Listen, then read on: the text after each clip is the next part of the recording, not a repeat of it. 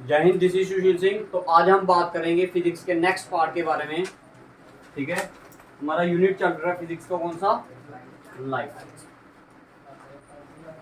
Light के बारे में पढ़ रहे थे हम। 3 लेक्चर हमारे हो चुके हैं।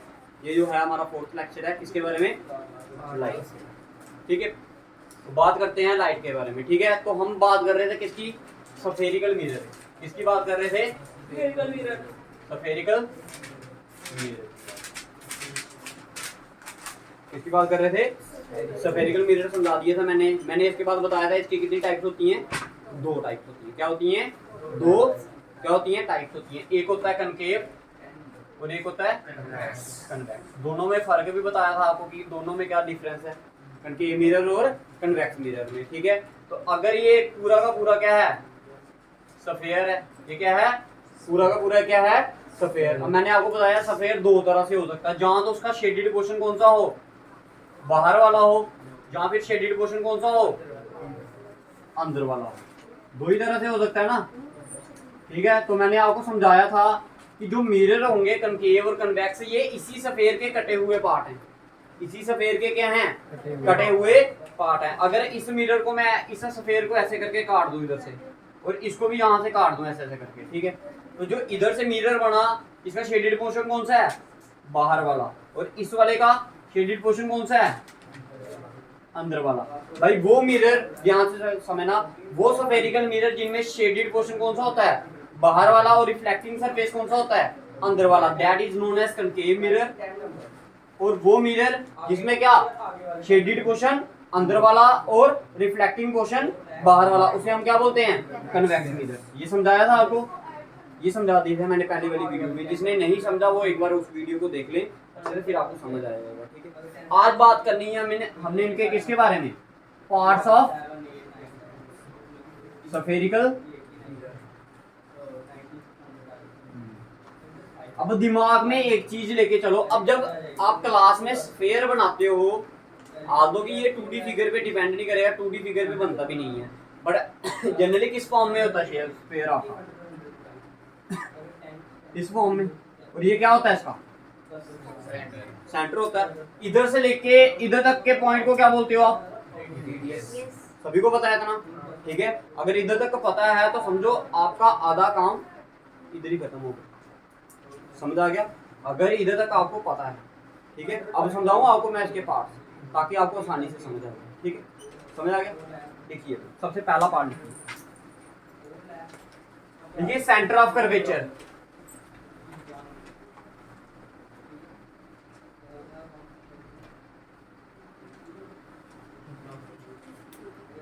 Centre of curvature.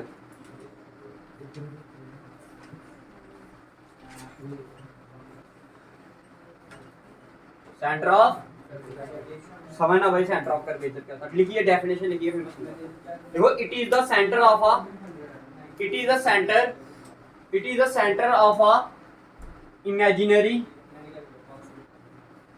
Sphere. It is the center of an imaginary sphere of which the mirror is a part.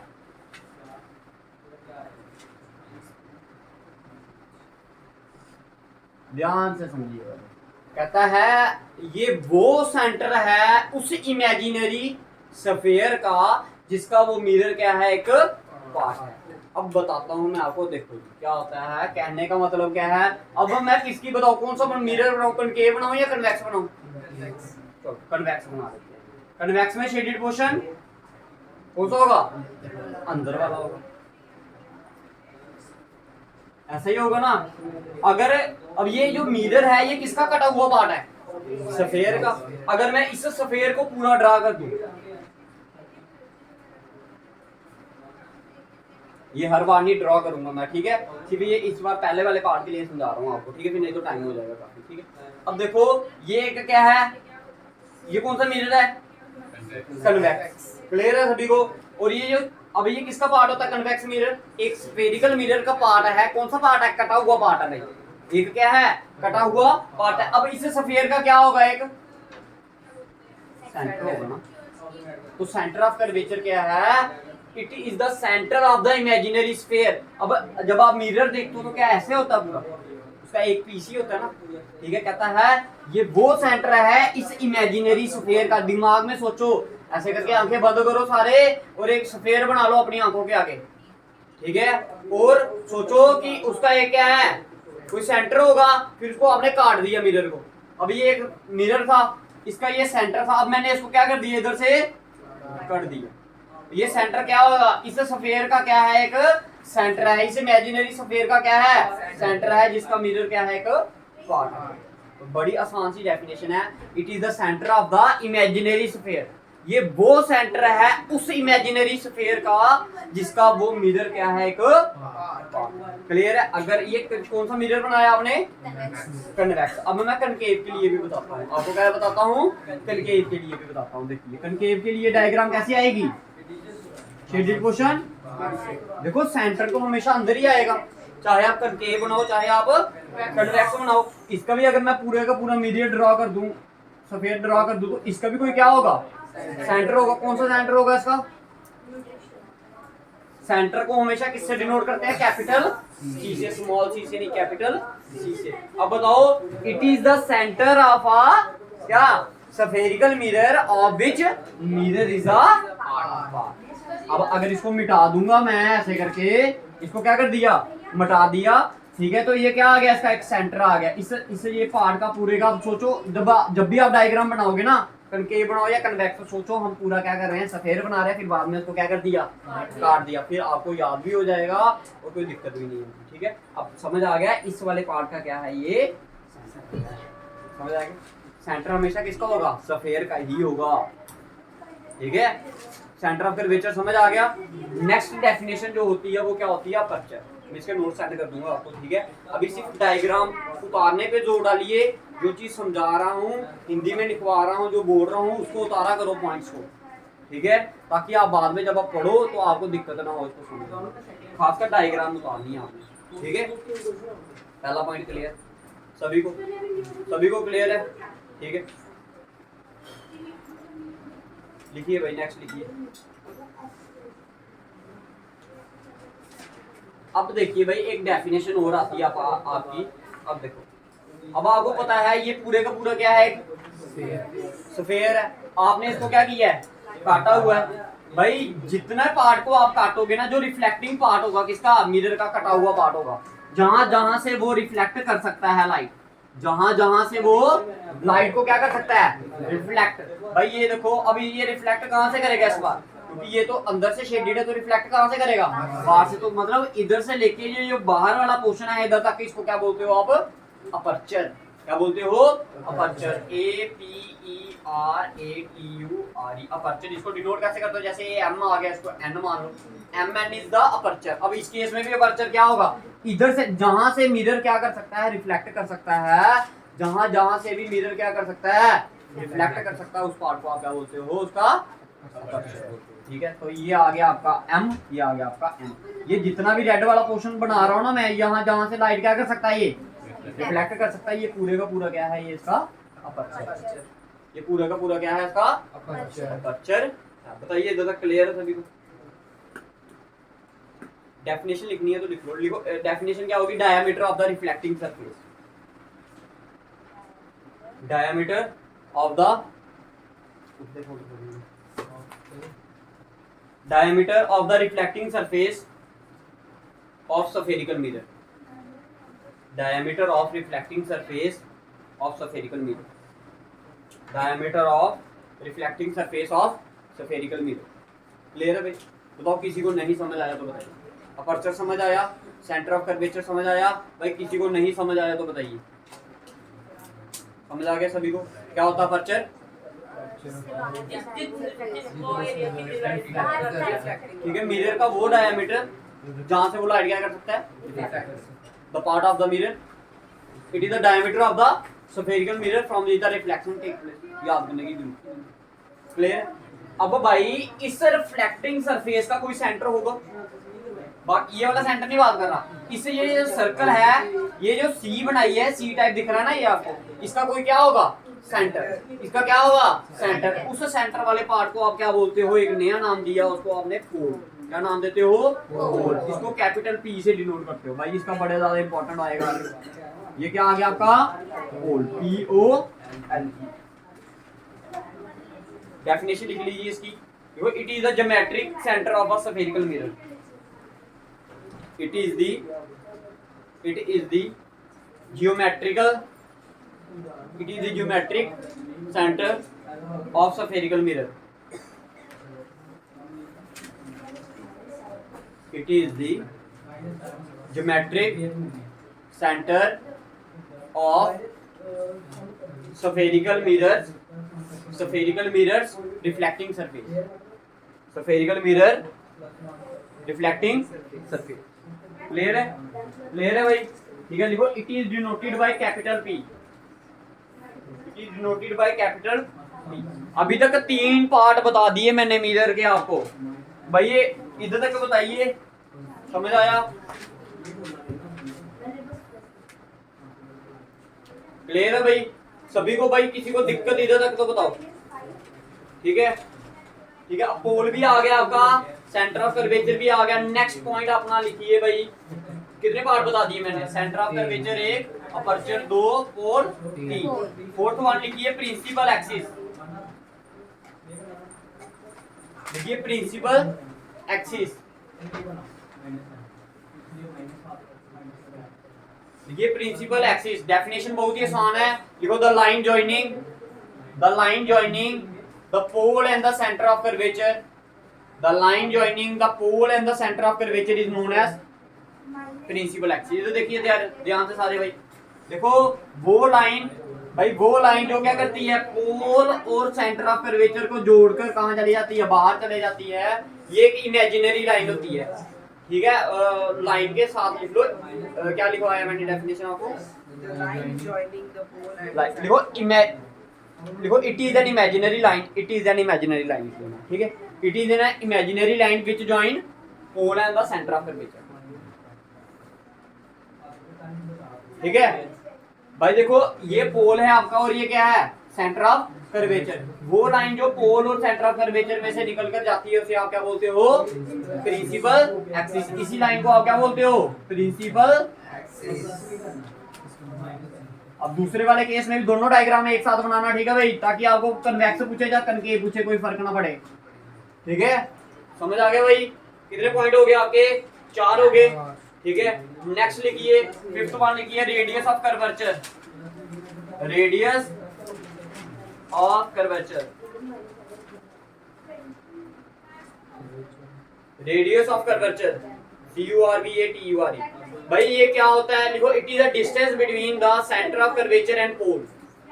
It is the distance between the centre of curvature and pole.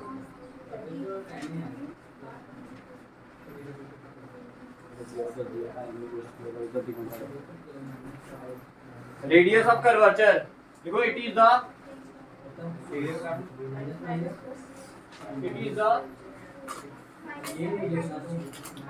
The distance between, कहां से लेके कहां तक का distance. भाई radius क्या होता था आपका, बताइए मेरे को। अगर ये स्फीयर आपका, ध्यान से समझिएगा, ये स्फीयर आपका, ये क्या होता है इसका सेंटर इधर से लेके कहां तक का डिस्टेंस, इधर तक के डिस्टेंस को आप क्या बोलते हो, रेडियस। और इधर कौन सा पॉइंट आता है आपका, पोल। तो आप बोल सकते हो ना, it is the distance between the pole and the centre of curvature, और you can say that it is the distance between the center of curvature and the pole, then we call it as radius of curvature। इस वाले point को आप क्या बोलते हो, radius of curvature।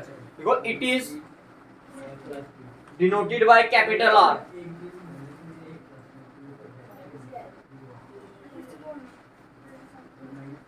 देखो it is the distance between the pole and the center of curvature।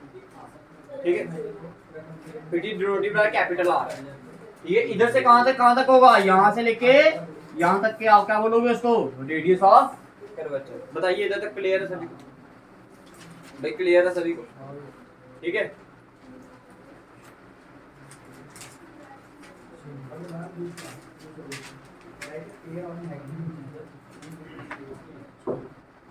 कितने point हो गए आपके, 5। नेक्स्ट पॉइंट लिखिए आप, principal focus. Next point, your fifth point, six point क्या आपका? प्रिंसिपल, समझना भाई ध्यान से, ये एक क्या है, रूल भी बोल सकते हो आप इसका, रे ऑफ लाइट। टाइम इसको मिटा दूं एक बार के लिए, ठीक है, क्योंकि ये तो उतार लिया ना सभी ने भाई, ठीक है, मैं इसको मिटा देता हूँ ताकि डायग्राम आपको समझ आए, ठीक है, क्योंकि पेपर में आपको कन्वर्जिंग क्या कहते हैं, कनकेव मिरर का भी प्रिंसिपल फोकस पूछ सकता है और कन्वेक्स। डायग्राम भी चेंज है बस। देखिए पहले कनकेव का समझाता हूँ फिर कन्वेक्स का समझाता हूँ। ये मान लो कौन सा मिरर है आपका, ये कौन सा मिरर है? हाँ तो स्फेरिकल में से कौन सा है, कनकेव या कन्वेक्स? बताइए कनकेव है कन्वेक्स है? अभी कोई भी नहीं है भाई। क्यों? क्योंकि अभी ये क्योंकि पॉलिसी ही डिसाइड करेगी भाई कि कनकेव है या फिर कन्वेक्स। कहां से करने शेड, क्या बनाने के लिए इसको?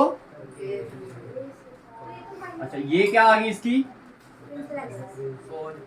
ये आ गया pole. This is your principal axis, this is the centre of curvature और this is M N is the, M N क्या है? अपर्चर। क्या है? अपर्चर। भाई क्या होता है, जब भी रे कहां से आएगी? इन्फिनिटी से आएगी। कहां से आएगी? इन्फिनिटी से। याद रख लेना भाई, जब भी रे कहां से आएगी? इन्फिनिटी से आएगी। जब भी रे इन्फिनिटी से आए वो पैरेलल होती है किसके? इस प्रिंसिपल एक्सिस के। मैंने क्या बोला? जब भी रे कहां से आए? इन्फिनिटी से आए, वो क्या होती है? पैरेलल होती है किसके? Principal axis. ये रे आ रही है आपकी प्रिंसिपल कहां से? इन्फिनिटी। मतलब कि हमें पता नहीं है कि उसका सोर्स ऑफ लाइट कहां से है। जैसे ये बल्ब है, हमें दिख रहा है कि ये इधर से लाइट आ रही है। अब सूरज की रोशनी तुम्हें पता है कहां से आ रही है? सूरज पता कितना है इधर से कहां है? अब आप पहाड़ देख रहे हो इधर से, तो आपको पता डिस्टेंस कहां है पहाड़ का? नहीं पता ना। उधर से जो रे आती है, दूर से जो रे आती है, जो आपको जिसका सोर्स ना पता हो, ठीक है, उसको आप क्या बोलते हो कि ये लाइट कहां से आ रही है आपकी? इन्फिनिटी से आ रही है। कहां से आ रही है? इन्फिनिटी से आ रही है। और इन्फिनिटी से जब भी आएगी तो वो कहां से आएगी? Parallel to principal axis. भाई एरो बनाना बड़ा ज्यादा जरूरी है। अगर मैं इसको ऐसे करके एरो बनाऊंगा तो मतलब रे कहां से आ रही है? इधर से आ रही है, पीछे से आ रही है, और कहां जा रही है? साइड जा रही है। अगर मैं इसका एरो ऐसे बना दूं, मतलब क्या होगा कि इधर से आ रही है और इधर जा रही है। समझ आ गया? एरो का ध्यान रखना भाई, जिसने एरो नहीं बनाया 0 नंबर दिया जाएगा उसको डायग्राम में। डायग्राम क्या क्वेश्चन ही गलत होगा, उसको पता ही नहीं है। फिजिक्स में सबसे मेन रोल करता है भाई एरो का। इसका ये चीज समझ आई? कहां से आ रही है लाइट? इन्फिनिटी से। ठीक है, अब ये इस पर क्या करेगी? रिफ्लेक्ट करेगी और इधर से भाग जाएगी। क्या करेगी? अब ये इधर से टकराकर इधर भागी ना, ठीक है, तो एरो आपने डाल दी कहां तक? अगर इधर से भी मैं क्या करूं, कोई रे लाऊं नीचे से, क्या करूं? तो ये भी क्या करेगी?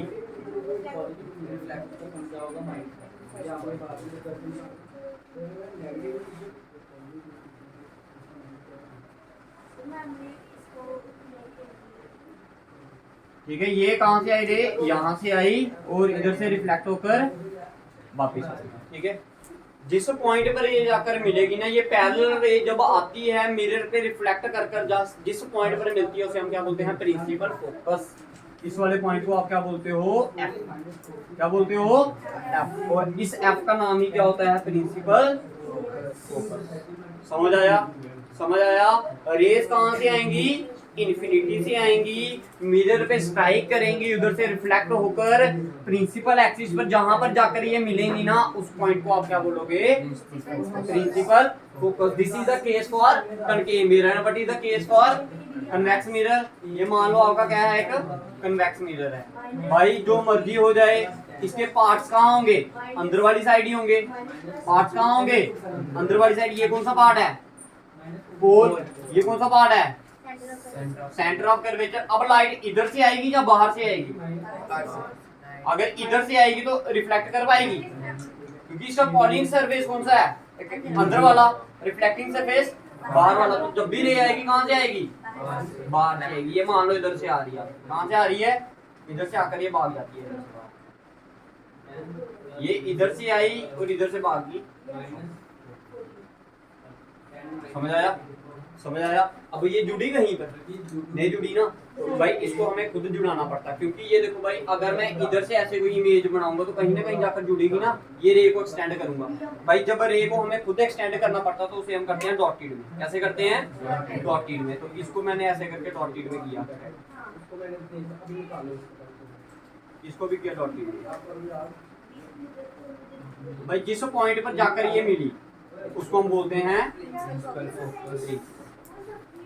क्या बोलते हैं इसको? प्रिंसिपल। क्लियर है?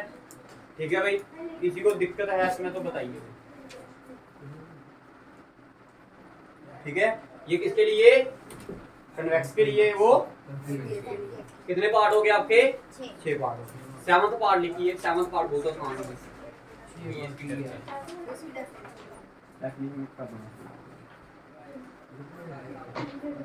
सुन लो एक बार डेफिनेशन अगर सुनिए तो बोलते हैं हम इसको क्या, इसको बोलते हैं it is the point on the principal principal axis. It is the point on the principal, ये एक पॉइंट होता है किस पे? पहला point clear. At which all the parallel rays coming from infinity actually meet. कहता है ये वो पॉइंट होता है प्रिंसिपल एक्सिस पे जहां पर जितनी भी पैरेलल रेस आएंगी, ये नहीं कि सिर्फ यही दो, अगर और कोई पैरेलल रे आ रही है वो भी कहां पर इंटरसेक्ट करेगी? इसी पॉइंट पर। At which all the parallel rays coming from infinity actually converge.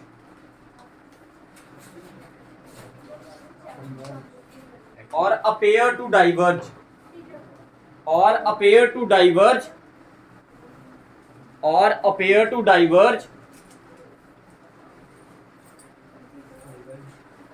from the reflective mirror,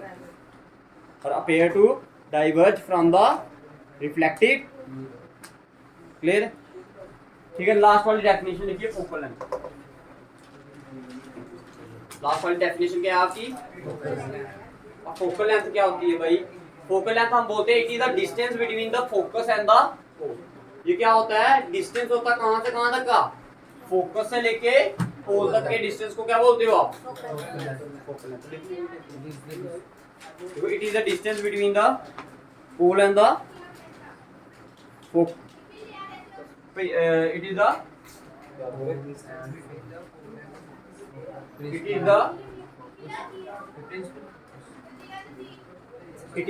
distance between the principal focus and the pole. Principal focus and the pole, या फिर आप ऐसा बोल सकते हैं it is the distance between the pole and the principal focus. देखो it is denoted by small f. कैसे denote करते हो उसे? स्मॉल f से।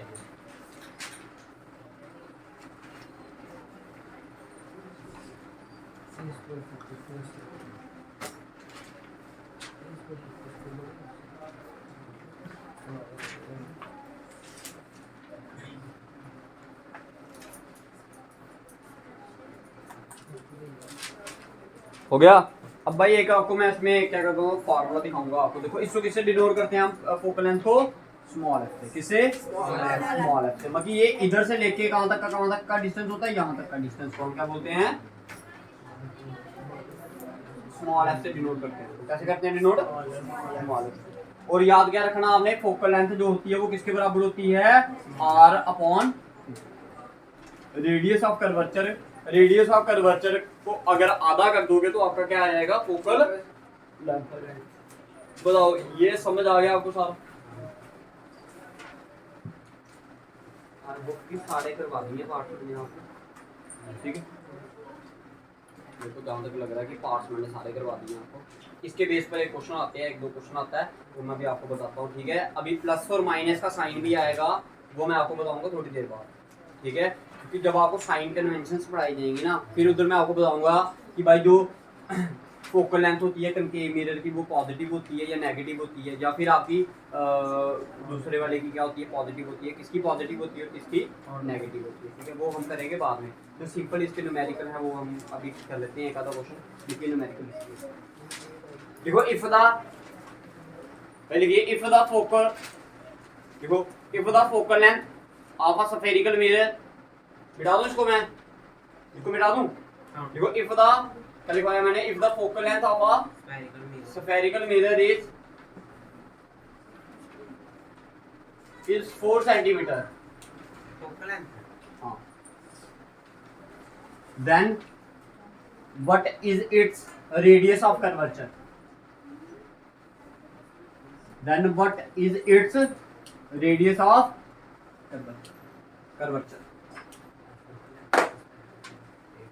क्या बोला मैंने, मैंने बोला अगर आपका क्या क्या बोला मैंने, focal length of spherical mirror F की वैल्यू कितनी बोली मैंने,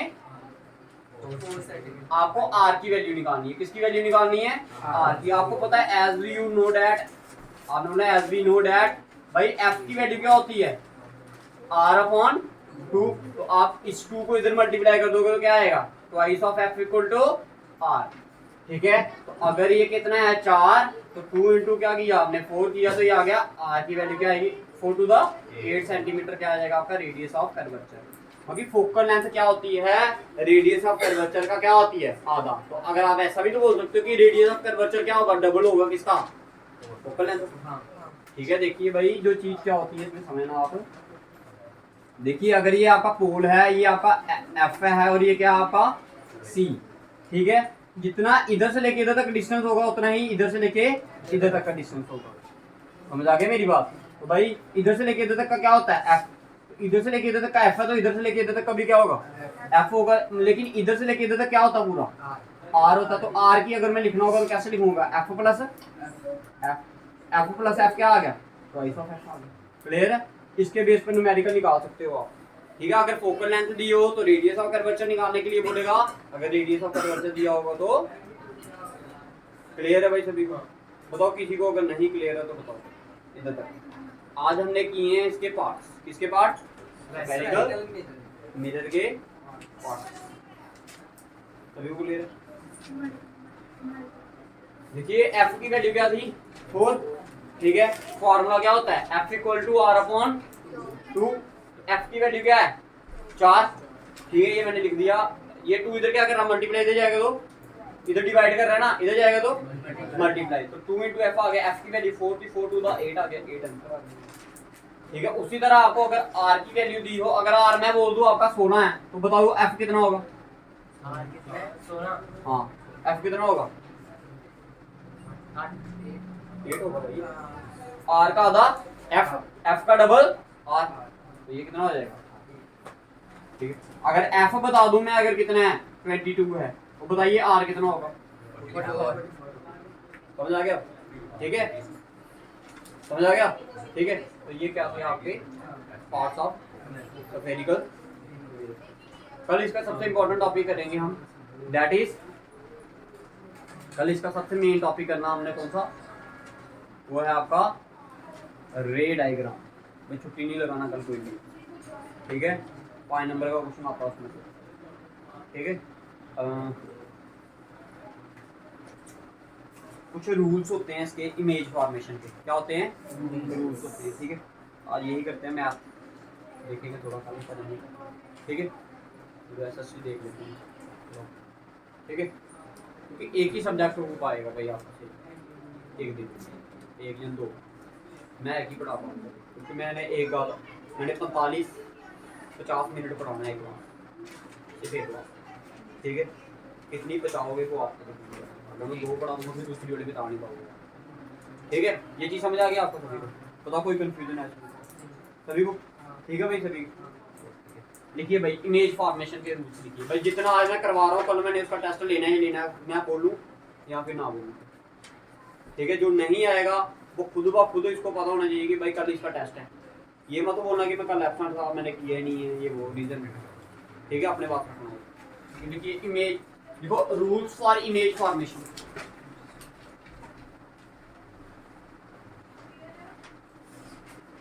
कनकेव के भी बता देता हूँ और कन्वेक्स के भी बता देता हूँ।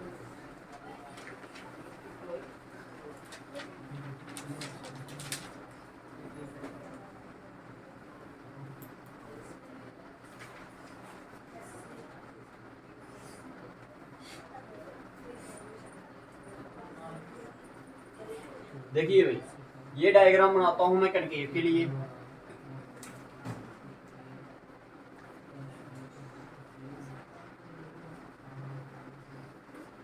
और इधर क्या आएगा,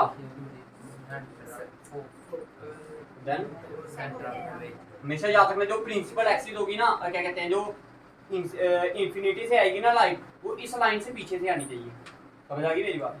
ठीक है, तो सबसे पहला केस वही है कि अगर लाइन आपकी क्या होगी, पैरेलल टू किसके आएगी, प्रिंसिपल एक्सिस। किसके पैरेलल आएगी, प्रिंसिपल एक्सिस। वो कहां से पास करेगी, हमेशा हमेशा हमेशा हमेशा 110% भाई कहां से पास करेगी, चाहे वो कहीं से भी पास करवा दो, इधर से लाओगे तब भी वो कहां से पास करेगी भाई। याद रखना भाई, एरो नहीं बनाए होंगे तो 0 नंबर दिया जाएगा भाई। पहला पॉइंट क्लियर है सभी को? इन्फिनिटी आएगी तब, हाँ इन्फिनिटी है, और पैरेलल रेस हमेशा इन्फिनिटी से ही आती है और कहीं से नहीं आती। पहला पॉइंट क्लियर है भाई, ये कनकेव के लिए बता दिया मैंने, और अब कन्वेक्स के लिए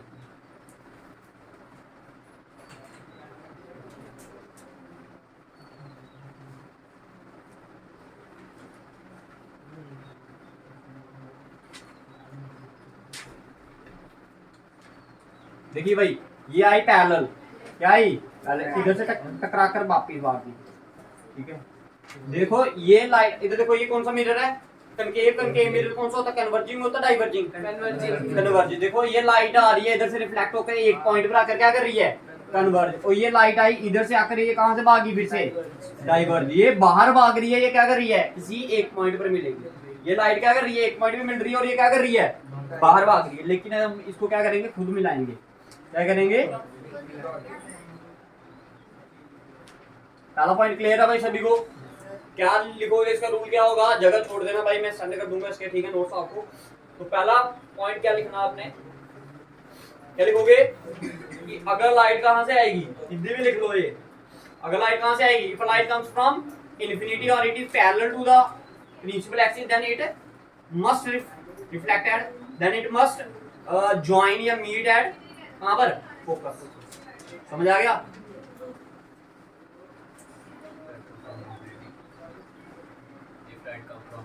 समझो भाई समझो, कहां से आ रही है लाइट और कहां पर आकर मिल रही है, कहां पर आकर मिल रही है, किस पॉइंट पर आकर मिल रही है। मैंने वही बोला, अगर पैरेलल होगी किसके, प्रिंसिपल एक्सिस के, तो कहां मिलेगी, फोकस।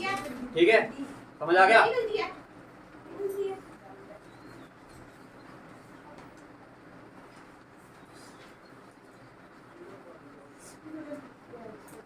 पहला पॉइंट क्लियर है? ये फर्स्ट रूल था। कितना, कौन सा रूल था, फर्स्ट। नेक्स्ट रूल भाई, इनको याद रखना कल। समझ आ रही है मेरी बात? कल मैं बार बार नहीं बताऊंगा, उधर उधर नहीं बोलना मेरे को कि कहां से आ रही है भैया, कैसे मिल रही है। ये रूल्स आपने याद करके लाने हैं। समझ आ रही है? दूसरा करते हैं,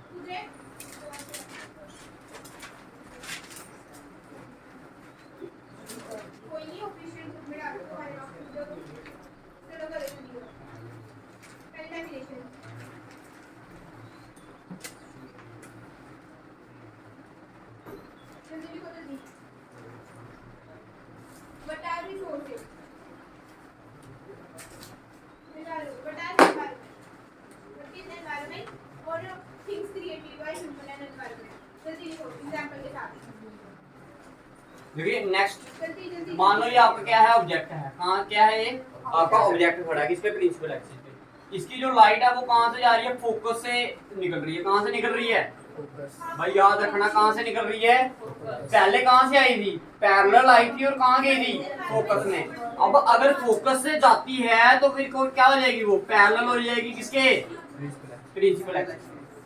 मैंने क्या बोला, अगर लाइट कहां से पास करेगी, फोकस से जाएगी, तो पैरेलल हो जाएगी किसके, सभी को बताओ, अगर किसी को नहीं क्लियर है तो। मैंने क्या बोला, अगर लाइट कहां से आएगी, कहां से जाएगी, फोकस से जाएगी, तो क्या हो जाएगी, वो पैरेलल हो जाएगी किसके, पहला वाला केस क्या था, पैरेलल आएगी तो फोकस से जाएगी। फिर दूसरा याद क्या रखना आपने, फोकस से गई तो क्या हो जाएगी, क्योंकि इस वाले का कल यूज होना पड़ा। समझा? दूसरा पॉइंट क्लियर है? तीसरा रूल समझिए, ये दूसरा रूल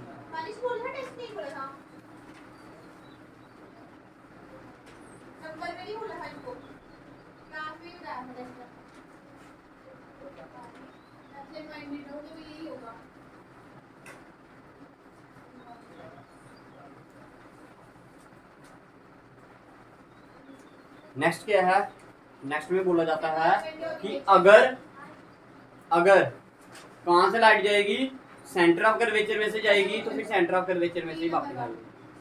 मैंने क्या बोला, ये मान लो कोई ऑब्जेक्ट है आपका, क्या है, कोई क्या है, ये कहाँ से गया, कहाँ से लाइट पास हुई इसकी, भाई हर एक केस के लिए अलग रूल है भाई। कहाँ से गई ये, सेंटर ऑफ कर्वेचर में से गई, तो रिफ्लेक्ट होकर फिर क्या करेगी, ये सेंटर ऑफ कर्वेचर में से ही वापस आ जाएगी। क्लियर है? 3 रूल बताए भाई आपको मैंने, बताओ तीनों में कोई कंफ्यूजन है तो कोई बात, समझ आ गए? ठीक है, 3 रूल बताए, सेंटर ऑफ कर्वेचर में से जाएगी तो सेंटर ऑफ कर्वेचर में से ही वापस आएगी। लास्ट वाला जो है वो समझ लीजिए, ये यूज कम होता बड़ा बड़ा, ठीक है, बड़ा कम यूज होता है। ठीक है, मान लो ये क्या है, पोल, ये क्या है फोकस, ये क्या है सेंटर ऑफ कर्वेचर। अगर कभी भी रे, ध्यान रखना, कभी भी रे ओब्लीक किसी एक एंगल पर जाकर कहां पर स्ट्राइक करेगी, पोल पे, कहां पर करेगी, पोल पर, तो फिर ये ऐसे करके आ जाएगी। देखो ये एक डायग्राम बन गई किसकी, ये जो ये वाला एंगल होता है ये हमेशा 90 डिग्री होता है, क्या होता है 90। ये इंसिडेंट रे है, ये क्या करेगी इसके साथ, रिफ्लेक्ट करके। अभी मैंने थोड़ी देर बाद पहले आपको क्या बताया, लॉ ऑफ रिफ्लेक्शन था ना, कि angle of incidence is equals to angle of reflection. तो ये वाला एंगल और ये वाला एंगल दोनों क्या होते हैं, बराबर होते हैं, आई इक्वल टू आर। ठीक, तो ये 4 रूल्स थे आपके किसके, इमेज फॉर्मेशन के। भाई सारे के सारे आपको याद होने चाहिए। एंगल किसके बराबर, ये एंगल ऑफ इंसिडेंस आ गया, ये एंगल ऑफ रिफ्लेक्शन। अगर 90 डिग्री ऐसे किसी एंगल पे जाकर स्ट्राइक करेगा ना, पोल पर जाकर, तो ये वाला जो एंगल होगा ये कितना होगा, इसके बाद। ठीक है भाई, बताओ समझ आ गया सभी, कोई कंफ्यूजन है तो बताइए।